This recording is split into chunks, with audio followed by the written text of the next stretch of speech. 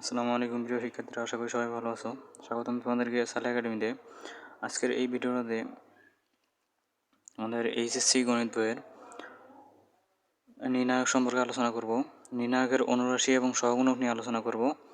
তো দেখো, অনুরাশি হচ্ছে কোনো নির্ণায়কের যে কোনো ভুক্তির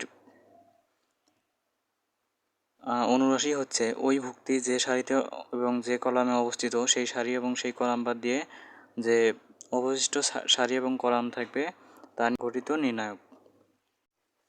তো দেখো, আমরা মনে করো একটা ম্যাট্রিক্স লিখি। একটা ম্যাট্রিক্স হচ্ছে, মনে করো এ সমান 1 -3 5 6 9 -2 6 9 -2 -8 4 7। মনে করো এ একটা ম্যাট্রিক্স।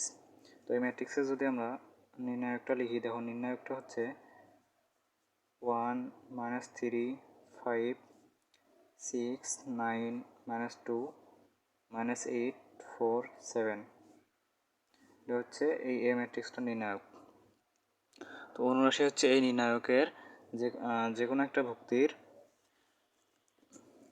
যদি আমরা যে ভুক্তিটার অনুরাশি বের করব, আমরা মনে করো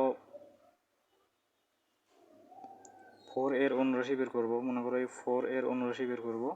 তো এই 4 যে সারিতে অবস্থিত সেই সারি বাদ এবং যে কলামে অবস্থিত সেই কলাম বাদ, যে সারিতে অবস্থিত সেই সারি বাদ এবং যে কলামে অবস্থিত সেই কলাম বাদ বাদ বাদ দিয়ে যে নির্ণায়কটা থাকবে সেই নির্ণায়কটাই হবে এই 4 এর অনুরাশি। দেখো 4 এর অনুরাশি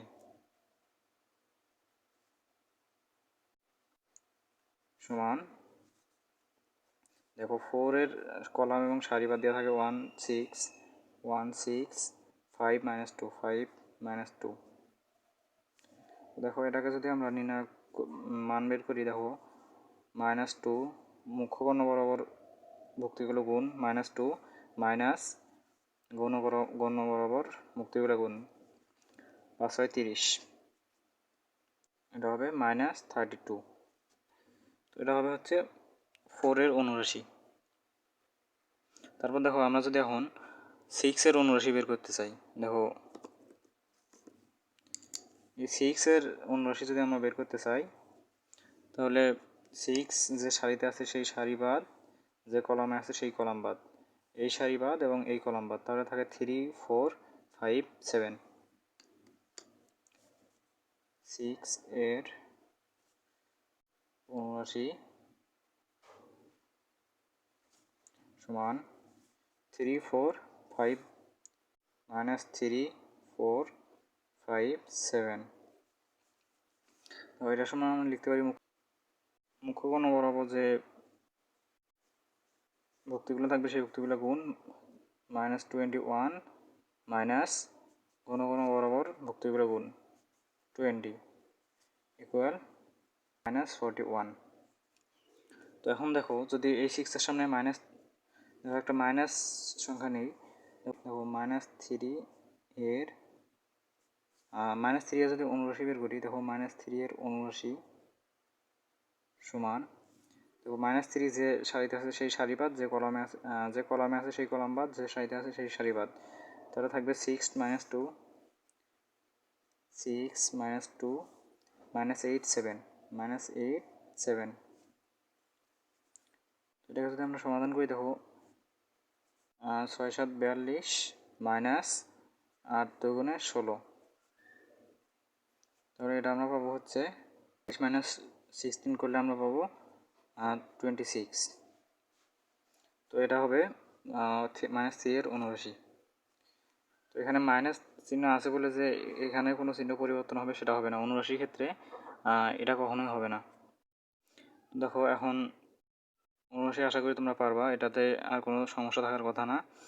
তো এরপর দেখো, আমরা যদি সহগুণক বের করি, সহগুণক হচ্ছে যে এই যে অনুরাশিটা বের করলাম, এই অনুরাশিটার সামনে একটা চিহ্ন বসানো। কি সহগুণক হচ্ছে, সহগুণক সমান চিহ্ন এখানে হবে 79। দেখো সহগুণক হচ্ছে অনুরাশির সামনে একটা চিহ্ন বসানো, এটাই হচ্ছে সহগুণক। তো চিহ্নটা আমরা কীভাবে বসাবো? দেখো এখানে হবে -1, এখানে পাওয়ার হবে আমরা যদি রো প্লাস কলাম, সারি যোগ কলাম, তারপর হবে 79।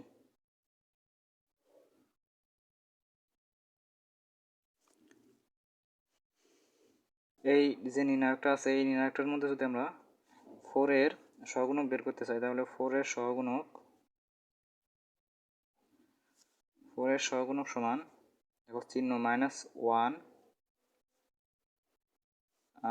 4 দেখো আছে রো, প্রথমে হবে সারি, অর্থাৎ 1 2 3 নম্বর সারিতে আছে 3, প্লাস কলাম আছে হচ্ছে 2 নম্বর, 1 2 কলাম আছে হচ্ছে 2 নম্বরে। আমরা যদি 4 এর সহগুণক বের করতে চাই, তাহলে দেখো চিহ্ন হবে -1 এবং 4 আছে 3 নম্বর কলামে এবং 3 নম্বর সারিতে এবং 2 নম্বর কলামে। তো আমরা দেখো আর এর জায়গায় 3 লিখেছি এবং সি এর জায়গায় 2 লিখেছি। তারপর দেখো এখানে যেহেতু অনুরাশি হবে, তাই 4 যে কলামে আছে সেই কলাম বাদ এবং যে সারিতে আছে সেই সারি বাদ, তাহলে 1 5 6 -2, 1 5 6 -2। এটাকে যদি আমরা ক্যালকুলেশন করি, সম্পূর্ণটাকে ক্যালকুলেশন করলে হবে -1, তারপর এখানে হবে -2, এখানে হবে -30, তারপর দেখো -1 ইন্টু -32, এখানে হবে হচ্ছে 32। দেখো 4 এর সহগুণক হচ্ছে, তাহলে এখানে 4 এর সহগুণক হচ্ছে +32, আর এখানে দেখো অনুরাশি কিন্তু এসেছিল -32। 6 এর অনুরাশি বের করলে আসে হচ্ছে -41। এখানে যদি তোমরা 6 এর সহগুণক বের করো, তাহলে আসবে হচ্ছে +41। তো তোমাদেরকে এখানে একটা জিনিস বলে রাখি যে আর প্লাস সি যদি ধনাত্মক হয়, আর প্লাস সি যদি জোড় সংখ্যা হয়, তাহলে এখানে যে চিহ্নটা আছে, এই চিহ্নটা হবে প্লাস, আর প্লাস সি যদি বিজোড় হয়, তাহলে এখানে হবে এই যে চিহ্নটা, এখানে হবে মাইনাস। আর প্লাস সি জোর হলে এখানে হবে প্লাস এবং আর প্লাস সি বিজোড় হলে এখানে হবে মাইনাস। কিন্তু দেখো অ্যান্সার এখানে আছে মাইনাস, এখানে এসেছে প্লাস, এই মাইনাস গুণ হয়ে এখানে প্লাস এসেছে। তো এখানে এটা যদি জোর হয় তাহলে এখানে প্লাস হবে, আর এটা যদি বিজোড় হয় তাহলে এখানে মাইনাস হবে। এটা হচ্ছে সহগুণকের যে চিহ্নটা আছে সেই চিহ্নটা। এটা মনে করো একটা 3/3 আকারের আমরা নির্ণায়ক নেব। এখানে যে ভুক্তিটা থাকবে এটা হচ্ছে 1 1। এখানে যদি আমরা 1 এবং 1 যোগ করি, দেখো 1 এবং 1 যদি যোগ করি তাহলে হবে 2। দেখো আর প্লাস সি হবে জোড় সংখ্যা, এখানে হবে তাহলে প্লাস। তারপর এখানে দেখো যদি নেই তাহলে হবে 1 + 2। দেখো সারি হবে হচ্ছে 1 এবং কলাম হবে 2, তাহলে 1 + 2। 1 + 2 হচ্ছে বিজোড় সংখ্যা 3। এখানে যেহেতু এখানে বিজোড় সংখ্যা, তাই এটা হবে মাইনাস। তারপর দেখো এখানে হবে 1 + 3। দেখো সারি হচ্ছে 1 এবং কলাম হচ্ছে 3, তাহলে 1 + 3, 1 + 3 করলে হবে এটা হবে জোড় সংখ্যা, তাহলে এখানে হবে প্লাস। তারপর একইভাবে এখানে দেখো এটা হচ্ছে 2 নম্বর সারি 1 নম্বর কলাম, তো 2 নম্বর সারি 1 নম্বর কলাম, 2 আর 1 যোগ করলে হবে 3, যা বিজোড় সংখ্যা, বিজোড় হলে এখানে হবে মাইনাস। তারপর এখানে দেখো 2 নম্বর সারি 2 নম্বর কলাম, 2 নম্বর সারি 2 নম্বর কলাম, 2 2 4 হবে, 4 হলে এখানে হবে প্লাস। তো একইভাবে এখানে হবে মাইনাস, এখানে হবে প্লাস, এখানে হবে মাইনাস, এখানে হবে প্লাস। তো 3/3 আকারে ম্যাট্রিক্সের ক্ষেত্রে এরকম করে হবে। তো তোমাদের গত ভিডিওটাতে বলেছিলাম যে এই চিহ্নগুলো কেমনে আসে। দেখো এই চিহ্নগুলো এই যে সহগুণকের মাধ্যমে আসে। তো আজকে আশা করি তোমরা ভিডিওটা এটা ক্লিয়ার হয়ে গেছো। তো এখন দেখো আমরা যদি আবার 6 এর সহগুণক বের করি, দেখো 6 এর সহগুণক সমান -1, দেখো 6 আছে হচ্ছে 2 নম্বর সারির এক নম্বর কলামে, 2 নম্বর সারি 1 নম্বর কলাম হচ্ছে মাইনাস। তো এখানে তোমরা ডিরেক্ট মাইনাস বসাইতে পারো, অথবা এখানে দেখো 2 + 1 এটাও লিখতে পারো। তারপর দেখো এখানে 6, এখানে এই সারি এবং এই কলাম বাদ দিলে থাকে -3 5, -3 5, এখানে হবে -8 7, -8 7, তো -8 7। তো এটা যদি আমরা এখন ক্যালকুলেশন করি, তাহলে এখানে পাবো, এখানে দেখো পাবো -1, -1, এখানে পাবো -21,